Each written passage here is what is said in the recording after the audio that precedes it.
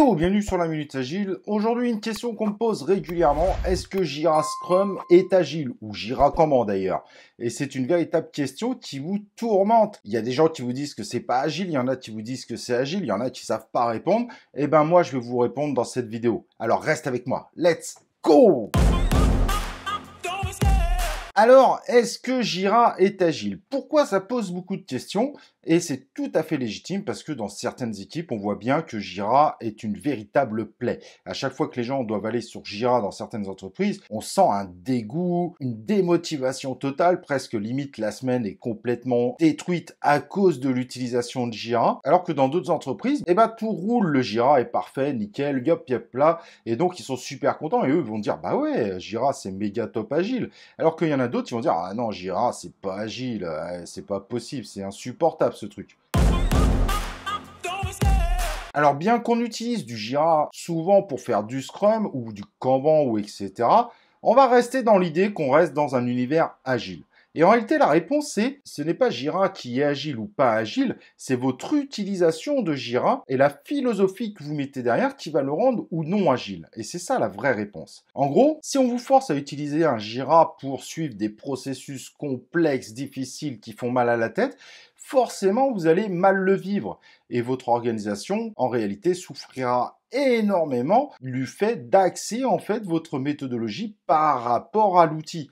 Alors qu'en fait, la méthode qu'il faudrait avoir, et c'est pas simple, hein, dans certaines organisations, les managers sont pas prêts à l'entendre. En réalité, le Jira doit 100% s'adapter au processus de l'équipe. Et donc pas rajouter des choses en plus, mais faire uniquement ce que l'équipe a besoin par rapport à l'outil. Ça peut être un backlog très simple, juste un board d'état d'avancement pour les équipes, par exemple, où il y a des gens qui sont à distance. Mais parfois, quand on voit certaines organisations, ils veulent rajouter du CI/CD, mais ils expliquent pas forcément bien. Et du coup, ça devient contraignant. Pas forcément pour les développeurs, mais par exemple pour le PO. Et ça crée des sous-tickets de CI, de CD, etc., etc. Je vais passer outre. Alors qu'en fait, il faut bien comprendre que c'est l'outil qui doit vraiment s'adapter à vos besoins. Et là, dans ce cas-là, si vous avez un Jira qui est simple, pas difficile d'utilisation, que tout le monde comprend et qui a aucune douleur à l'utiliser au sein de l'équipe, et ben là, vous êtes dans un Jira Scrum ou Jira Kanban qui est agile. Par contre, si on vous impose une utilisation de Jira, il faut vous imposer ce workflow,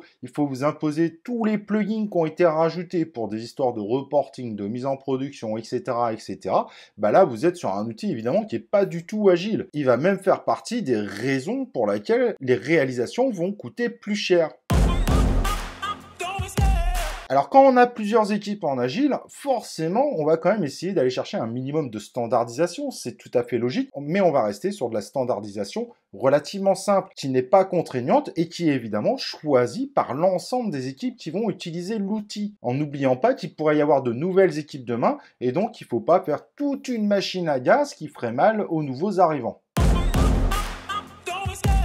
En réalité, c'est la même chose pour tous les outils. Je parle de Jira parce que c'est une question qu'on me pose régulièrement, mais en réalité, pour tous les outils, c'est pas l'outil en fait qui fait qu'il est agile ou pas agile, c'est vous. Vous avez besoin d'un outil, vous avez des besoins dans votre organisation. Est-ce que l'outil s'adapte? Et s'il s'adapte, bah, ne faire que ce qui est nécessaire pour l'équipe et pas plus. Et éviter évidemment d'avoir des gens qui vous imposent une utilisation. Souvent, que ce soit un pôle dédié à Jira, un pôle dédié à Admin System, c'est pas leur boulot et c'est pas à eux de vous imposer l'utilisation du Jira. Parce que là, forcément, on va rentrer dans des trucs complexes, des trucs qui amènent à de la dette émotionnelle, potentiellement du coup à de la dette technique. Si les équipes en ont ras le cul de Jira, je vous garantis qu'ils travailleront beaucoup moins et forcément derrière ça va se ressentir sur la qualité du travail. Donc voilà, moralité de l'histoire, comprends bien une chose, si vous utilisez les outils qui sont adaptés à vos besoins et pas plus, dans ce cas-là, cet outil deviendra agile dans son utilisation. En revanche, si on vous impose des outils qu'on alimente parfois par un grand nombre de plugins totalement inutiles en réalité, et ben là, vous n'êtes plus du tout dans un outil agile. Et ben c'est exactement la même chose dans Jira. Ça peut paraître bête, mais utilisez une version la plus simplifiée de Jira si elle est adaptée à votre contexte, et ben faites-le. que même si l'outil peut paraître cher,